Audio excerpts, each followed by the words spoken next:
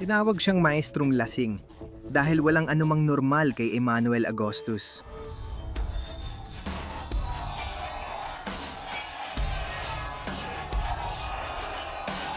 Ang kakaibang kalokohan at hipnotikong estilo niya sa boxing ang nagpatatak sa kanya bilang isa sa pinaka hindi malilimutang personalidad na nakita ng esport na ito.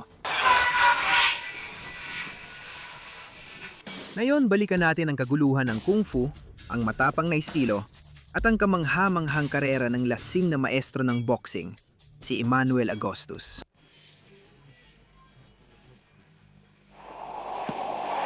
Tunay niyang pangalan si Emmanuel Burton, o Manny na lang. Ipinaganak siya noong 1975 sa gitnang kanluran ng Estados Unidos. Sa parehong lugar kung saan ipinaganak ang kilalang dinastiya ng boxing na Mayweather. Ngunit ang mga unang taon niya ay iba sa kanila. Iniwan siya ng magulang niya nung bata pa siya. Lumaki siyang palipat-lipat ng foster home at pagdating ng kanyang kabataan, naranasan na niyang makulong.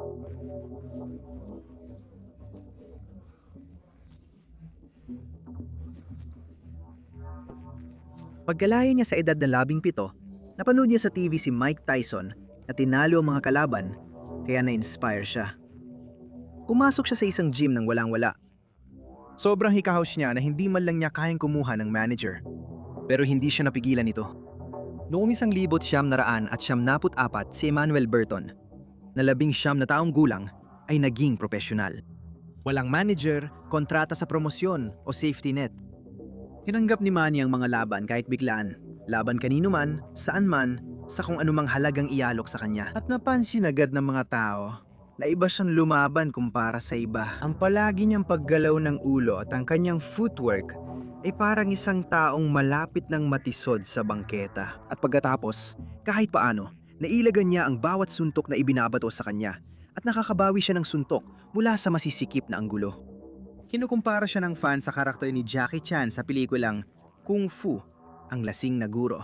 Isang estilo na parang magulo at magulo tingnan, pero sa kabila nito, napakabisa pala. Pagkatapos ay dumating ang taong 1978 at si Augustus ay nagdala ng 10 sunod-sunod na panalo na may 6 na knockout. At ang kanyang unang malaking pagsubok sa pandaigdigang entablado ay malapit na. Tumawid si Augustus ng Atlantic para harapin ang kaliweteng Brito na si John Thaxton sa United Kingdom. Hindi biro si Thaxton. Siya ang kampiyon ng IBF at WBO Intercontinental Super Lightweight. Patagumpay niya na ipagtanggol ang titulo sa loob ng 2 taon. Inaasahan ng mga Brito na madaling matatalo ng pambato nila ang Amerikanong boksingero na may kakaibang estilo. Pero ang nakuha nila ay isang bagay na lubos na naiba.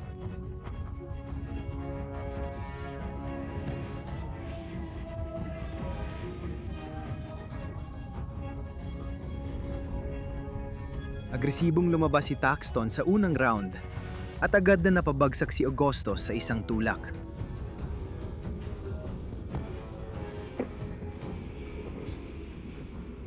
Pinanggunahan ni Thaxton ang unang rounds gamit ang malalakas na kanan at may malenong na lamang sa scorecards ng hurado.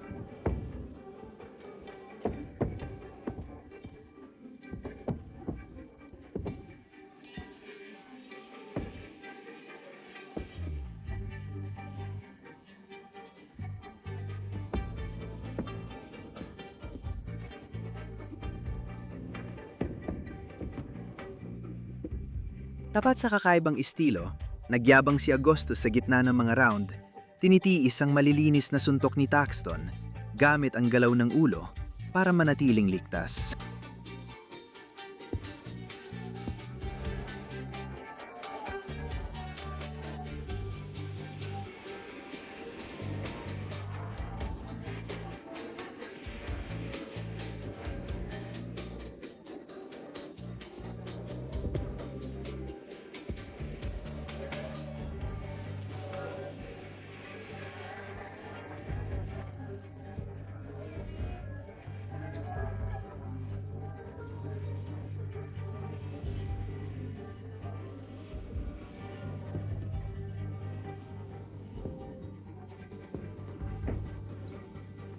Patuloy na sumuntok si Taxton at dahil sa injury sa kanang kamay ni Manny, napilitan siyang halos kaliwa lang ang gamitin sa mahahabang yugto.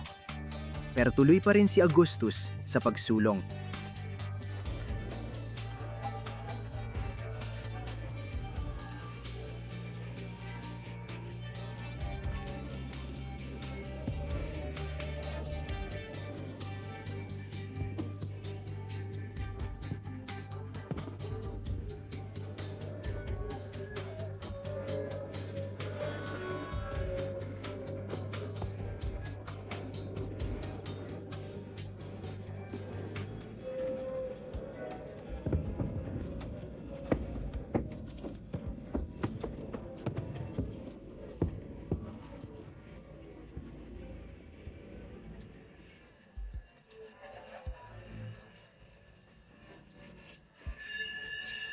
Pagsapit na ikapitong round, sapat na ang nakita ng maestrong lasing. Pinataas ni Augustus ang presyon, nasaktan si Taxton sa kalagitnaan ng round at sunod-sunod na bumitaw ng malalakas na suntok na walang sagot.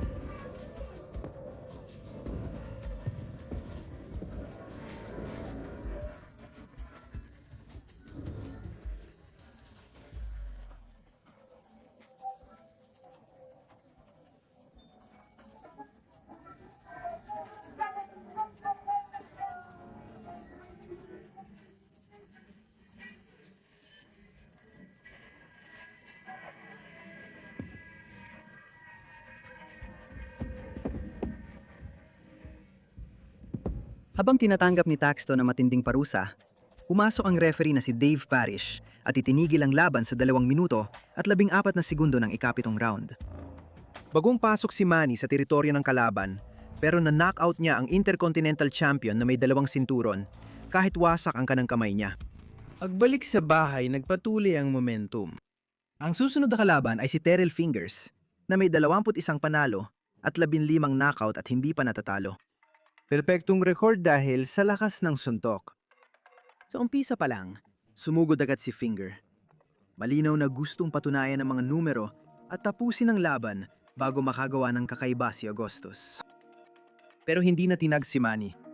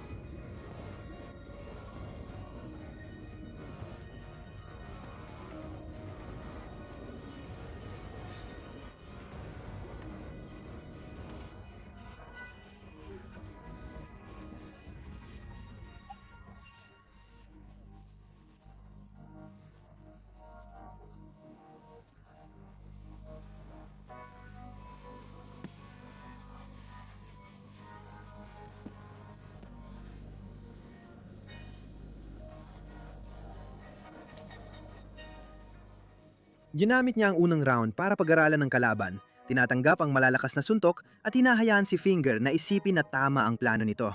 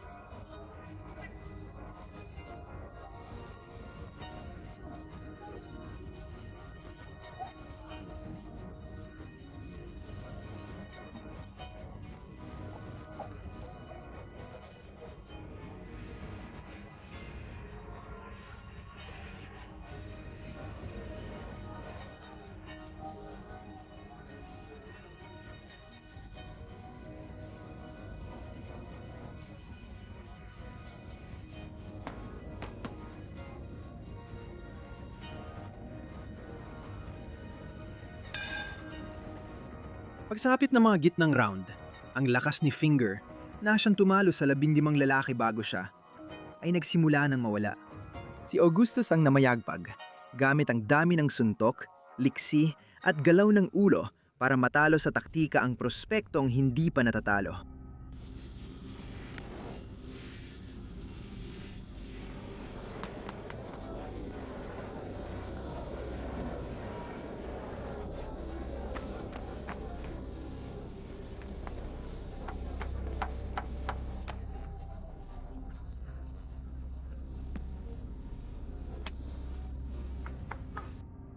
Sinubukan niya ang lahat. Dumikit siya sa mga lubid, kumapit at umatras. Kailangan niya ng mga sagot. Pero laban sa maestrong lasing, walang sagot.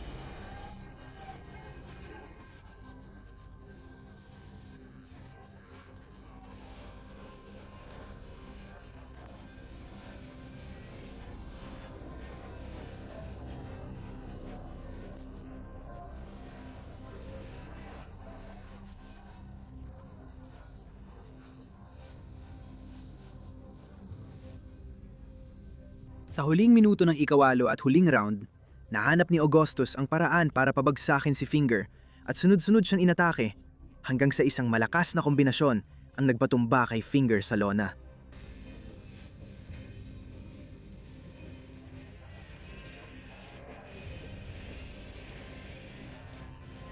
Hindi natapos ng referee ang bilang. Tapos na ang laban. Natapos na ang kanyang sunod-sunod niyang panalong walang talo at lalo pang lumaki ang alamat ng lasing na maestro. Ang susunod niyang kalaban ay si Irish Mickey Ward. Isang mandirigmang manggagawa na naging inspirasyon ng pelikulang The Fighter na nanalo ng Oscar at naguwi ng 2 parangal ng Academy noong 2011. Si Ward ay 35 taong gulang at may rekord na 36 na panalo at 10 talo. May 27 knockout. Hinahangaan siya higit sa lahat dahil sa isang bagay.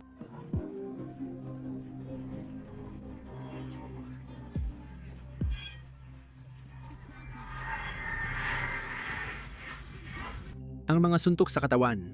Natanggap ni Augustus ang tawag, 2 linggo bago ang laban. Hindi inaasahan na magiging klasiko ito, ngunit naging makasaysayang digmaan.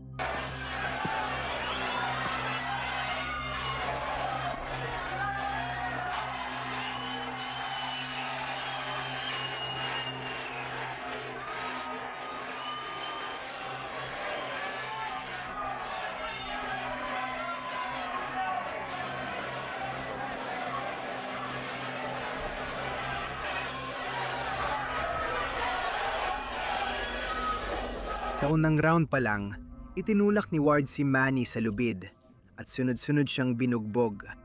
Isang unang round na punong-puno ng walang humpay at walang tigil na presyon.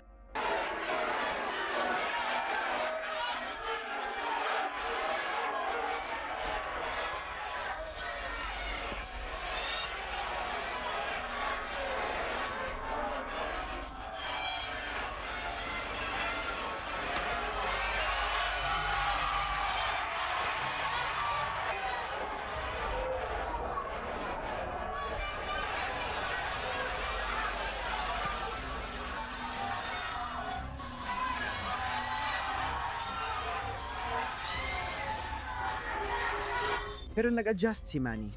Sa ikatlong round, todo nang umaksyon ang lasing na maestro. Ang footwork, galaw ng ulo, Iniiwasan niya ang mga suntok at kumokontra mula sa masisikip na anggulo.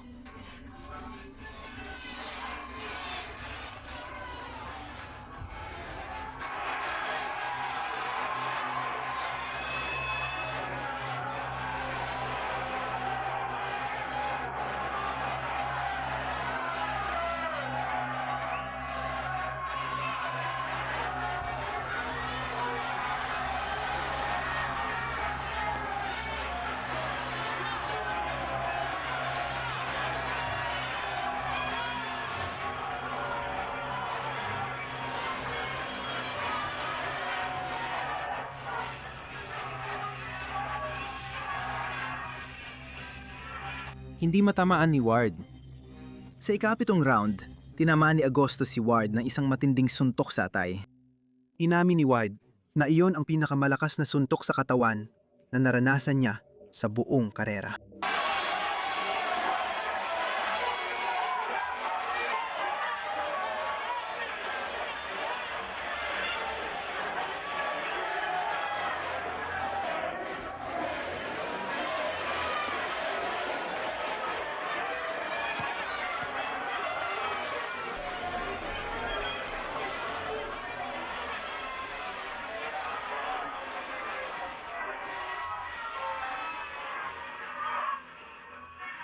Lamang si Manny sa simula ng ikasiyam na round, pero nanaig si Ward sa huli. Pinaluhod si Augustus gamit ang malakas na kaliwang hook sa atay.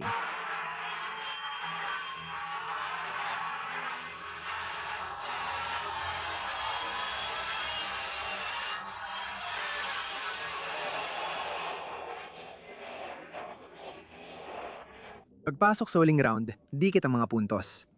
At sa kung anong paraan, nakahanap pa ng dagdag na bilis si Augustus.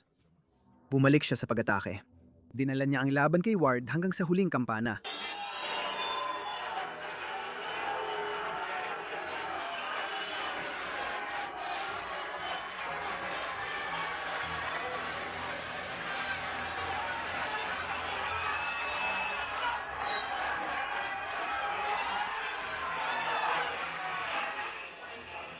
Ang kilalang trainer at komentador na si Teddy Atlas ay hindi napigilan ang sarili sa ringside nang sabihin niya,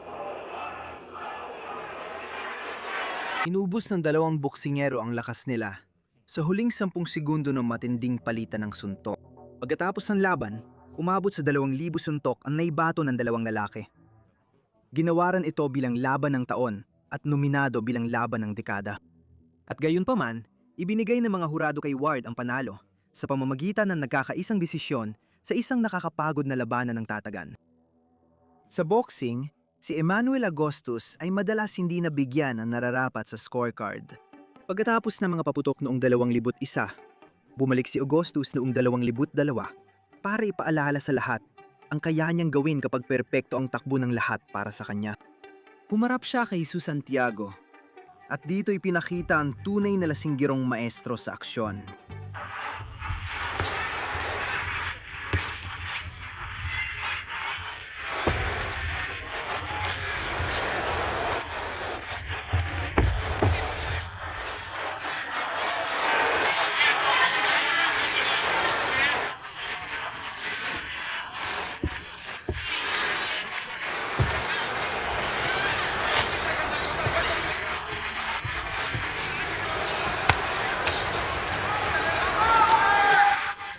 Ginamit ni Augustus ang kanyang defensive elusiveness at shoulder rotation. Lumipat si Augustus sa kakaibang estilo ng showman na nakababa ang kamay para asarin si Santiago.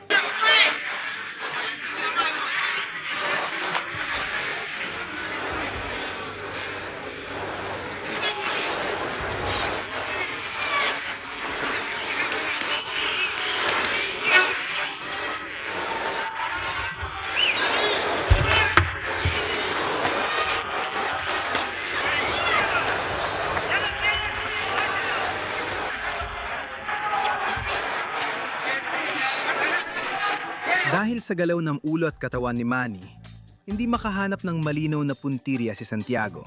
Kaya laging nauuna si Augustus sa bawat suntok.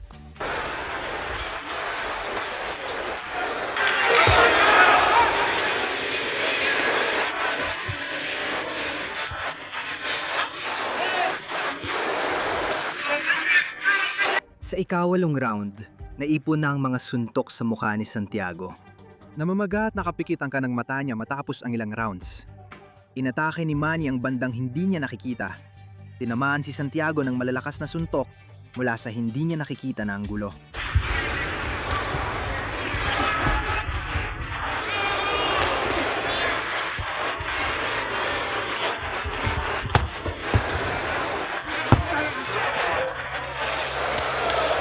Pagkatapos, dumating ang malakas na kanang hook na nagpabagsak kay Santiago sa lona.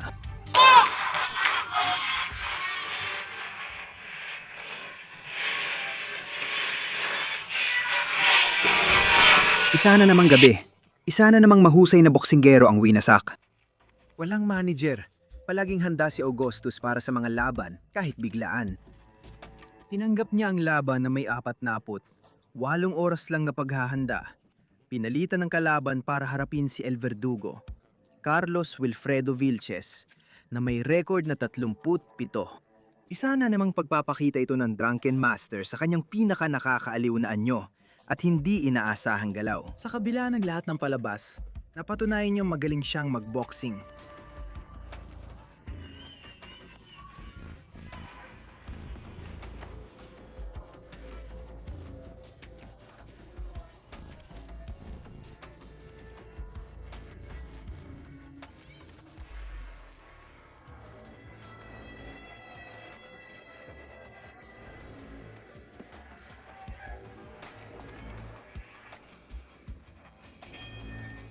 Ginamit ni Vilches ang kanyang tangkad at abot, umaasa sa matibay at mabilis na jab para kontrolin ang distansya at ilayo si Augustus.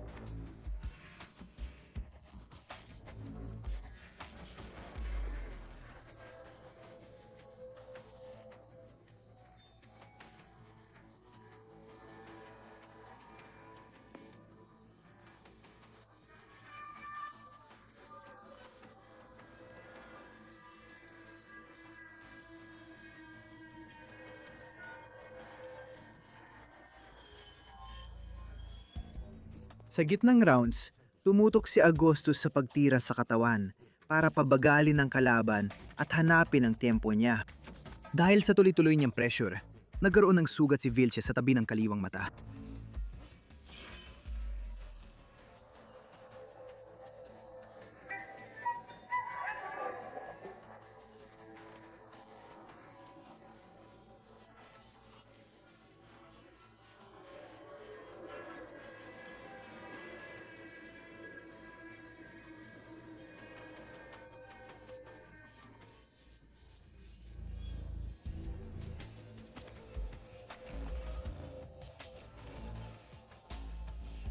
Sa ikawalong round, dahil sa matinding pinsala at sugat sa mata ni Vilches, ipinahinto ang laban at napanalunan ito ni Augustus via technical knockout.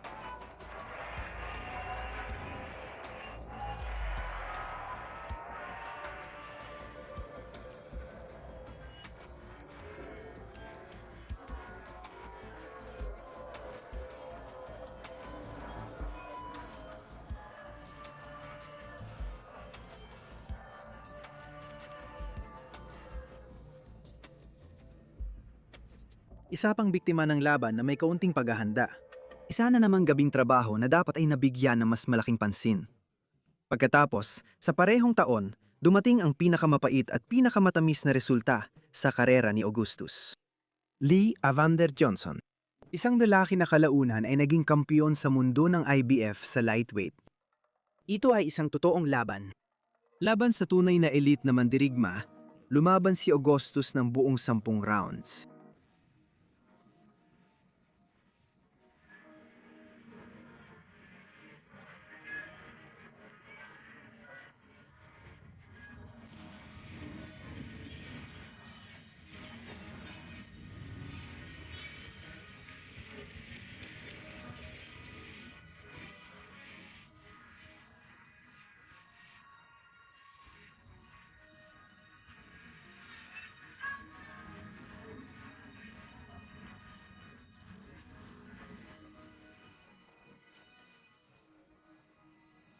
Ginamit ni Manny ang kakaiba niyang estilo para pahirapan ang isa sa pinakamahusay na technical na boksingero sa division. Tinapatan niya si Johnson, suntok sa suntok. Pinilit niyang magpursige ang magiging kampeon sa bawat palitan ng suntok.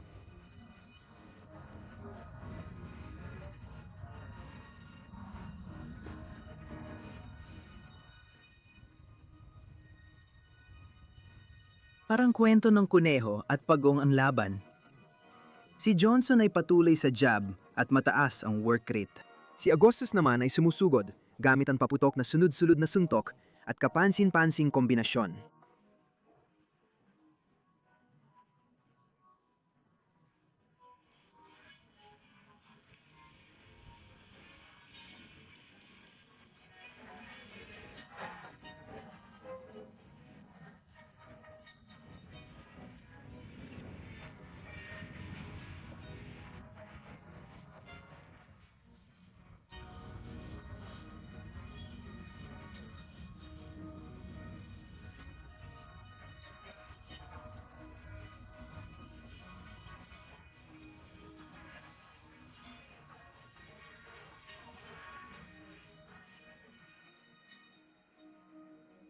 Sa dulo, split draw ang desisyon ng mga hurado. Karamihan sa mga nakasaksi ay naniniwalang si Augustus ang dapat nanalo. Pero ang pinakamahalaga ay hindi napigilan ng lalaking magiging kampiyon sa mundo, si Emmanuel Augustus. Iyon pa lang, malinaw na ang lahat. 2 taon na ang lumipas, matapos ang sunod-sunod na panalo at talo sa desisyon. Nakuha ni Augustus ang pinakamalaking pagkakataon ng karera niya laban kay Alex Trujillo para sa IBA Super Lightweight World Title sa loob ng 12 rounds. Para sa isang titulo. Sa pinakamalaking entabladong naakyat ni Augustus. At pinatunayan niyang kaya niya.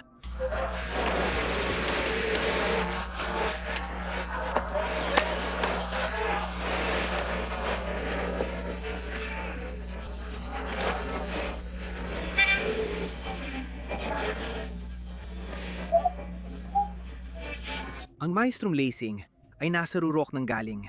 Gamit ang di mahulaan niyang galaw ng ulo, maliksi niyang galaw ng paa, at pagpapakitang gilas. Piniko niya si Trujillo sa paminsan-minsang pagbaba ng kamay at pagsasayaw.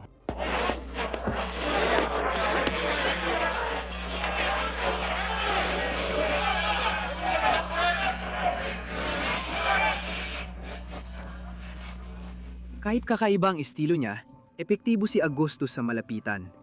Naglalabas ng eksaktong uppercut at kombinasyon sa katawan at ulo na pumapasok sa depensa ni Trujillo.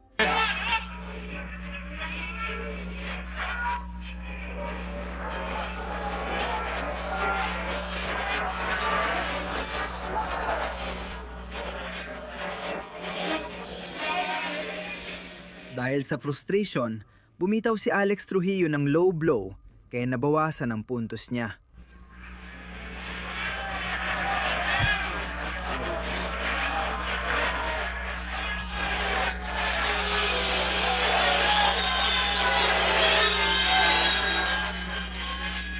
Sa mga round para sa titulo, hawak na ng maestrong lasing ang laban.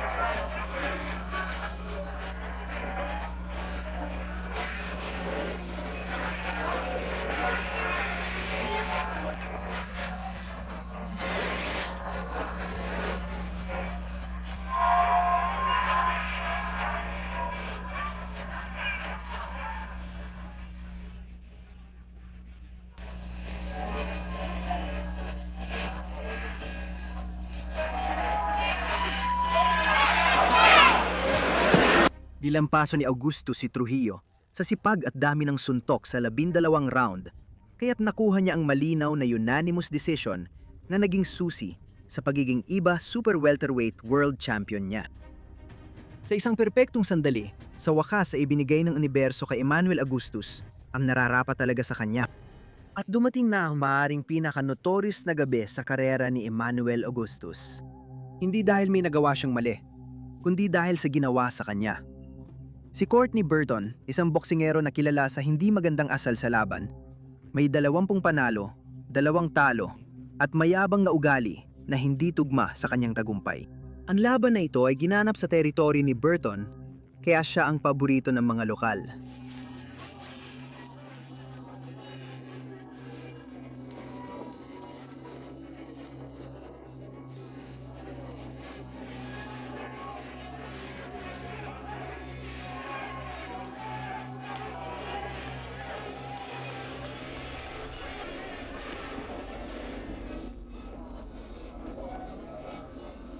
Agad umatake si Augustus gamit ang mabilis na opensa at kinontrol ang gitna ng ring. Nagkaroon siya ng lamang na 33 laban sa 15 sa mga tumamang suntok sa isang bahagi ng laban.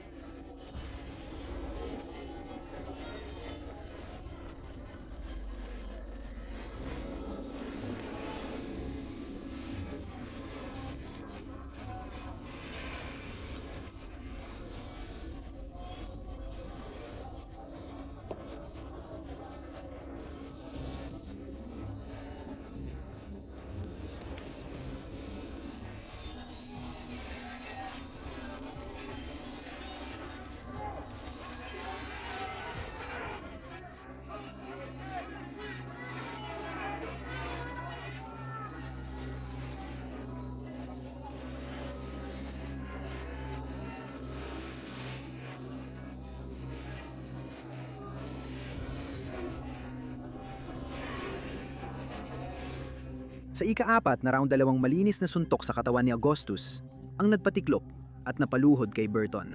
Pero tinawag ito ng referee na si Dan Kelly na low blow at binigyan ng 5 minutong pahinga si Burton.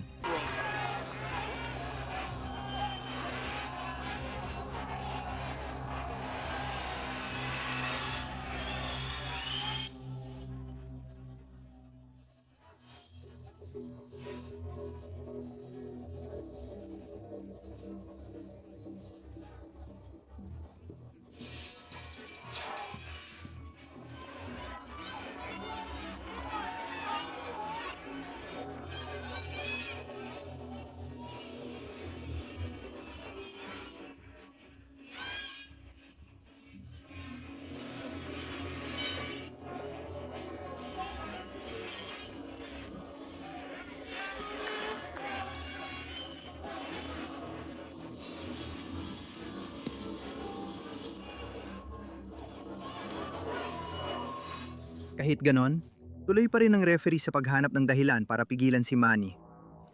Mga walang basehan tawag sa low blow at walang saysay na babala. Mga interbensyon na sadyang ginawa para sirain ang momentum ni Augustus tuwing nakakakuha siya ng tiyempo.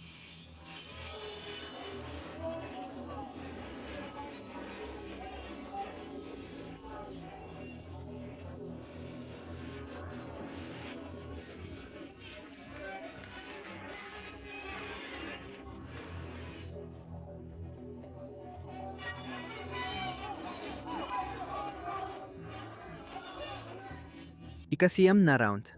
Paulit-ulit na sumuntok si Burton sa ibaba ng sinturon at sa bato. Imbes na parusahan si Burton, binawasan ng referee na si Kelly ng 1 puntos si Augustus dahil sa pag-ikot.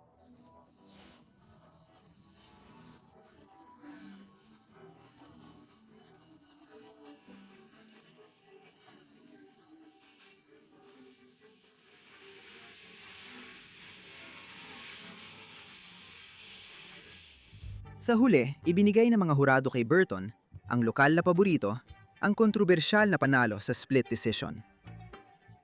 Maraming nagsabing isa ito sa kilalang pagnanakaw sa kasaysayan ng boxing. Si Teddy Atlas na nanonood mula sa pwesto ng mga komentarista ay tuluyang nawala ng pagpipigil sa sarili.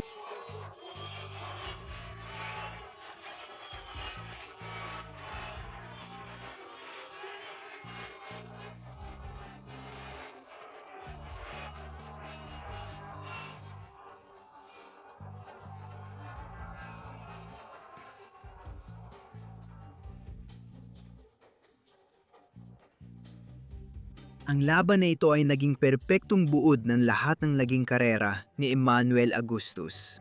Magaling sa loob ng ring, pero niloko sa labas nito. Pagkatapos ng karanasan, bumalik si Augustus noong 2005 bilang isang nagbagong tao. Mas kaunting kalokohan, mas agresibo at tutok. Dito ipinakita ni Emmanuel Augustus ang itinuturing ng marami bilang kanyang pinakamahusay na laban.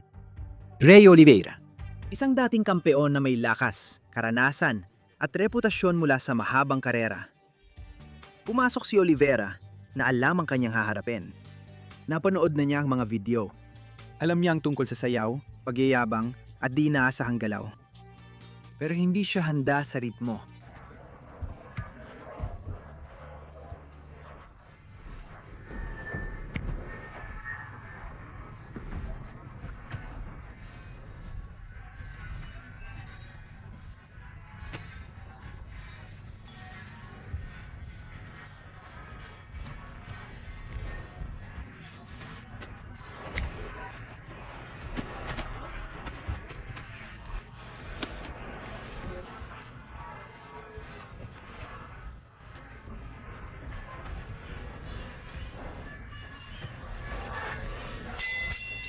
Mula unang tunog ng kampana, namayani si Augustus sa bawat segundo ng round.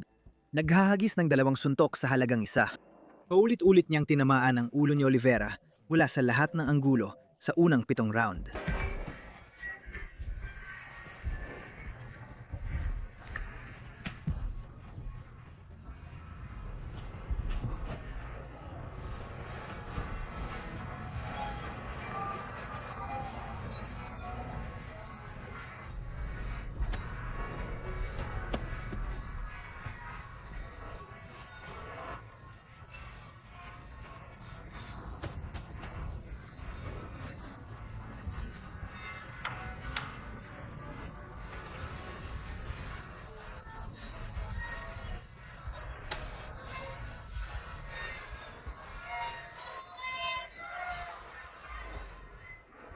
Umasa si Augustus sa kanyang kakaibang estilo at nagpakawala ng mga suntok mula sa sobrang hindi inaasahang mga anggulo.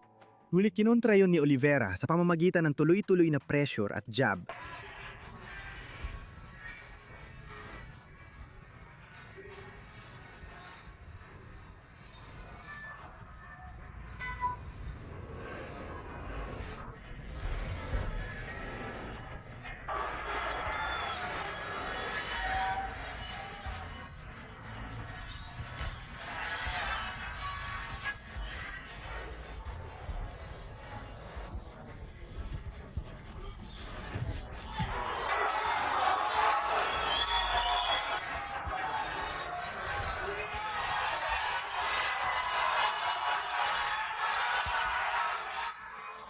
Kahit kilala si Oliveira sa dami ng suntok, si Augustus ang mas eksaktong boksingero na tumama ng 351 sa kanyang 814 na suntok, na may porsyento ng tama na 43%, habang si Oliveira ay tumama lamang ng 188 sa kanyang 871 subok, na halos 22% lang.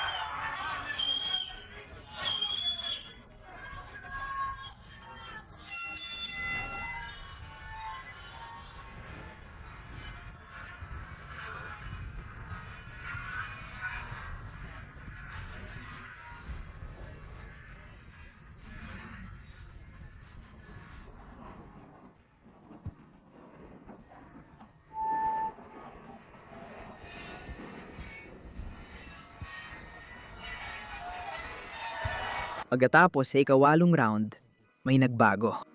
Nagsimimulang mapangiwi sa sakit si Oliveira at hinawakan niya ang batok niya. Pinatigil ni referee Steve Smoger ang laban para masuri ng doktor ng ring si Oliveira.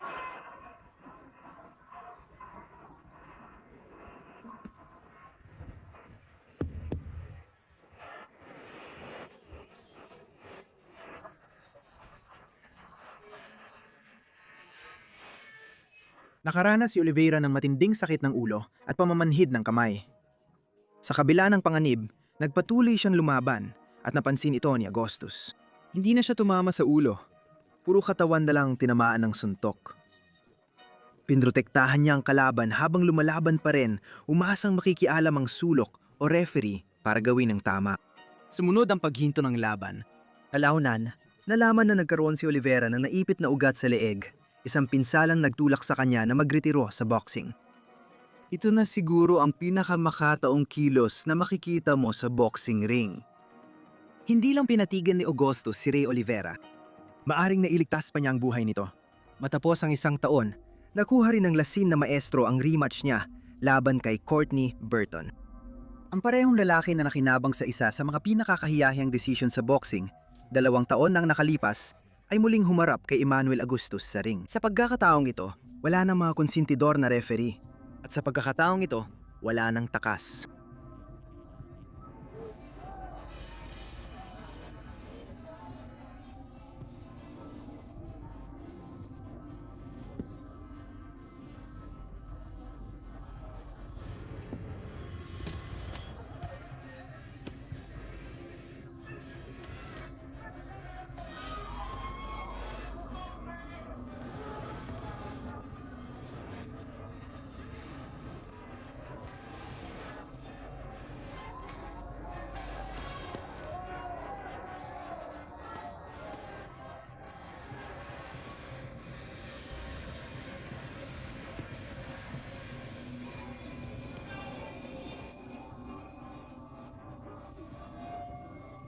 Sa loob ng unang 3 round, ginamit ni Augustus ang kanyang mas mabilis na galaw, paggalaw, at matinding talino sa ring para lituhin si Burton.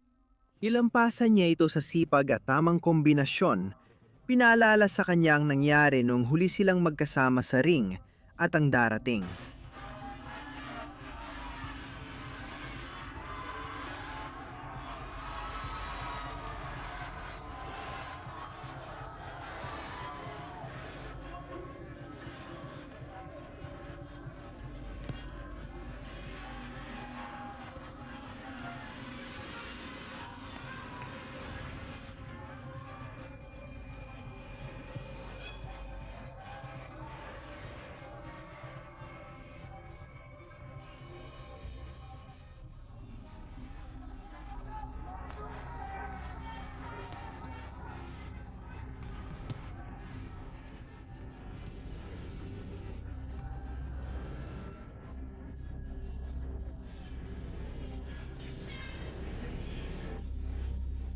Sa ika-4 na round, halatang alog na alog si Burton. Nawawala na ang kanyang fighting spirit. Naranasan na niya ito kay Manny at alam ng bahagi ng sarili niya kung paano ito matatapos.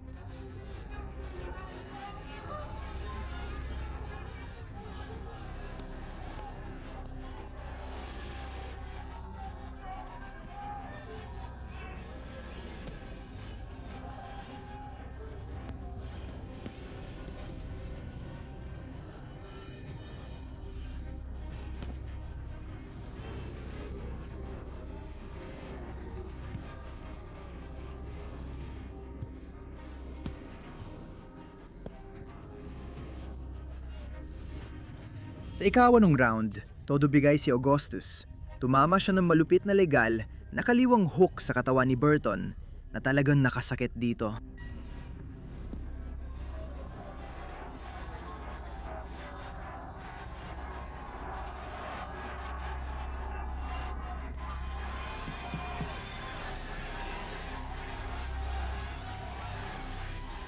Sunod-sunod na mababangis na suntok ni Augustus sa katawan ang nagpabagsak kay Burton. Hindi na nakatayo si Burton bago matapos ang bilang ng referee. kaya ay dineklara siyang knockout habang nakaluhod. At nakuha ni Augustus ang isang matinding panalo sa pamamagitan ng KO. Katatapos na makaganti ni Emmanuel Augustus sa pinaka-controversial na talo sa kanyang karera sa pinakakasyasyang paraang maiisip. Emmanuel Augustus, ang maestrong lacing. Isang lalaking hindi nakuha ang nararapat sa kanya sa boxing, ngunit ibinigay niya ang lahat sa bawat pagkakataon.